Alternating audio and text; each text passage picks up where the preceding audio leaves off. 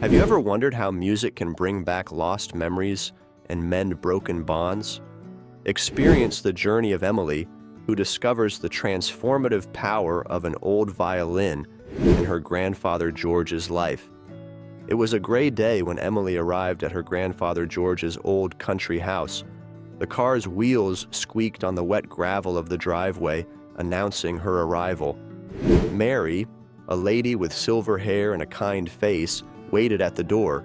Her warm smile offered a comforting contrast to the gloomy atmosphere. "Emily, dear, it's so good to see you," said Mary, embracing her. The young woman returned the hug, feeling a mix of joy and nervousness. Mary led Emily to the living room, where George sat in a worn armchair, staring out the window. His eyes seemed focused on something distant, lost in thoughts or memories that only he could see. "Grandpa, it's me, Emily," she said, approaching slowly. George turned slowly, his face weathered by time, showing a look of confusion. He furrowed his brow, trying to recognize the voice calling his name, but without success. "Who are you?" he asked, his frail voice barely breaking the silence of the room. The words hit Emily like a stone. Tears welled up in her eyes as she tried to grasp his hand, looking for some sign of recognition. "It's Emily, your granddaughter," she tried again, her voice choked with emotion. George looked at their clasped hands and then at Mary, still puzzled. Mary put her hand on Emily's shoulder, whispering, "He has good days and bad days, dear. His illness, sometimes he gets lost." Emily nodded, wiping away a tear that rolled down her cheek. "I know, I hope today would be a good day." "He will recognize you, Emily.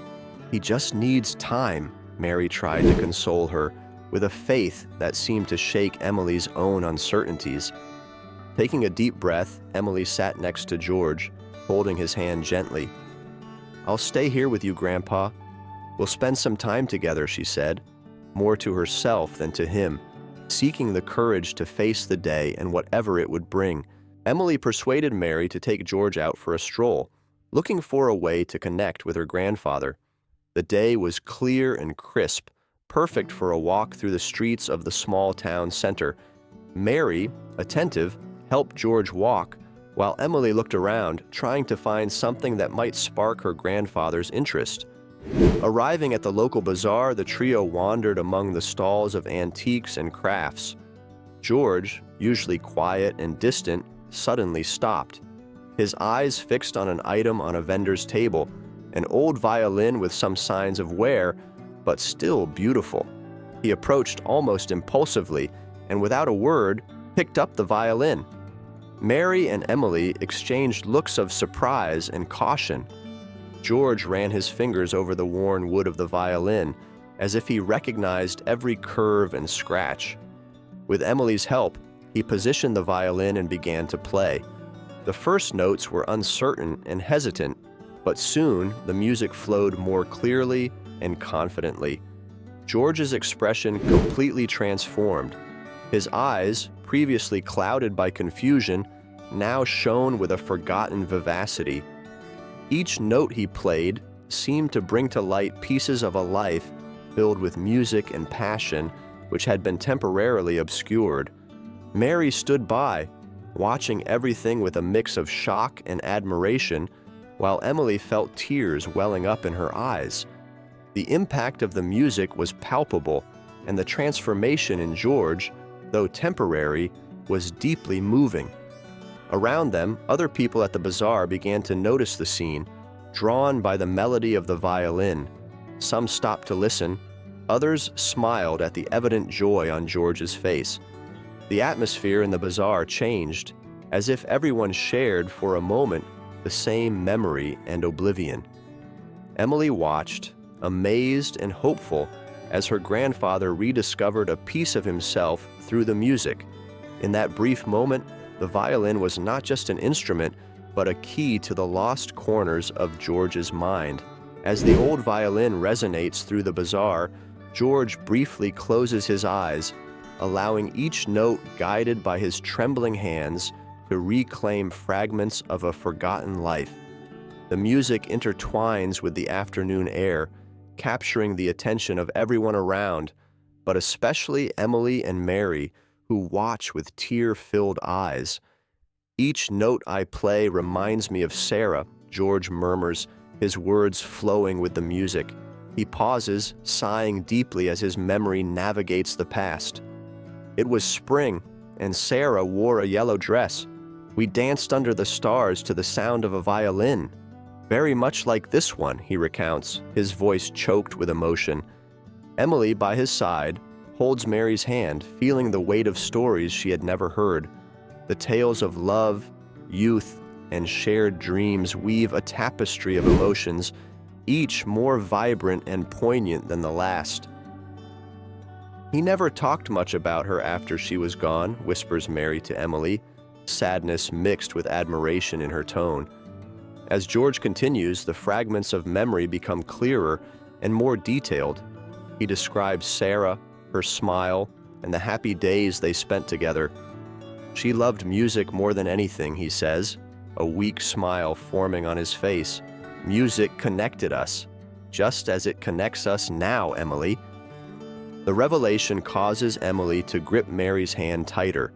The music and George's stories create an invisible yet tangible link between the present and the past, between granddaughter and grandfather. Amid the melancholy of the music, a sense of closeness and understanding forms, subtle yet powerfully, among the three. In the background, the sun begins to set, bathing the bazaar in golden hues. George's music slows, each note resonating with more depth, more meaning. The people around stop to listen, some wiping away tears, others simply closing their eyes to better absorb the sad yet hopeful beauty of the melody flowing from an old violin played by hands that had almost forgotten what it feels like to be alive. As the music ends, a respectful silence settles. George looks at Emily, his eyes shining with a mix of nostalgia and gratitude. "Thank you," he says simply, his voice steady despite the emotional tremor. Emily smiles, her heart filled with a new understanding and renewed love for her grandfather. The music had brought George back, even if just for a moment, and this gift was more precious than words could express. Feeling a mix of nervousness and excitement, Emily picked up the violin that the bazaar had kindly lent her. Encouraged by her grandfather when she was a child, she had studied violin. Positioning herself beside George, she played the first hesitant notes of a simple melody. George, with the violin already in hand, stopped, looked at Emily, and a glimmer of recognition shone in his eyes. He joined in, harmonizing his notes with hers in an almost magical way. The music flowed between them, creating an invisible bridge that seemed to bring George back to reality, even if just for moments. His bow glided with a precision that contradicted his condition, and each note they played together seemed to strengthen their bond. Mary, watching from the side, wiped away a tear seeing the interaction between granddaughter and grandfather. As the music grew, so did the emotion and connection. Emily felt a wave of relief and joy seeing her grandfather so engaged, responding to the music and to her. In a moment of pause, George placed his hand over Emily's and said clearly, "You play well, dear." The words were simple, but loaded with meaning, confirming that he recognized her, at least in that moment. They finished the duet with exchanged glances that spoke more than words could express. The music had brought her grandfather back to her, even if temporarily, and this filled Emily's heart with renewed hope and love. With the end of the music, they embraced, a hug that sealed a moment of genuine and deep connection, a small miracle amid adversity. The sun was setting as Emily, George, and Mary made their way back to the bazaar. The street was quieter now, with most of the stalls closing.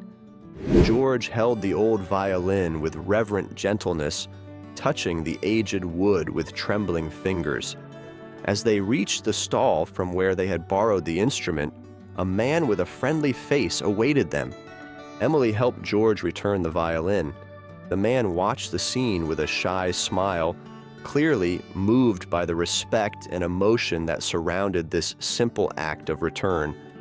George looked at Emily and, with surprising clarity, said, "Thank you, dear." It was the first time that day he had addressed her by the true affectionate bond they shared, recognizing her not just as a visitor, but as his granddaughter. Tears sprang to Emily's eyes, and she held George's hand firmly. "I promise, Grandpa, that music will continue to be part of our lives. I will learn to play the violin, and every time I come to visit, we will play together. It will be our little concert." Mary, standing by their side, discreetly wiped away a tear, witnessing the promise that brought new hope. George nodded, smiling, his gesture full of gratitude and love. As they walked to the car, Emily felt a mix of sadness and hope. She knew the days were uncertain and that her grandfather's memory might fail again, but that moment of recognition was a precious gift. She turned back one last time to look at the bazaar, the place where a simple violin had rekindled the flame of memory and love in her grandfather. With a heavy heart but a hopeful spirit, Emily knew that music had the power not only to heal, but to unite. After spending a few days with George, Emily returned home. A few weeks later, George passed away due to Alzheimer's disease. Since then, Emily resumed studying the violin, and whenever she plays the instrument, she remembers her grandfather. All the music is to celebrate his memory and his love.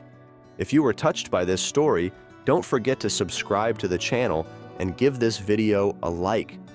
Your comments and suggestions are very important to us and help us continue to bring content that moves and inspires.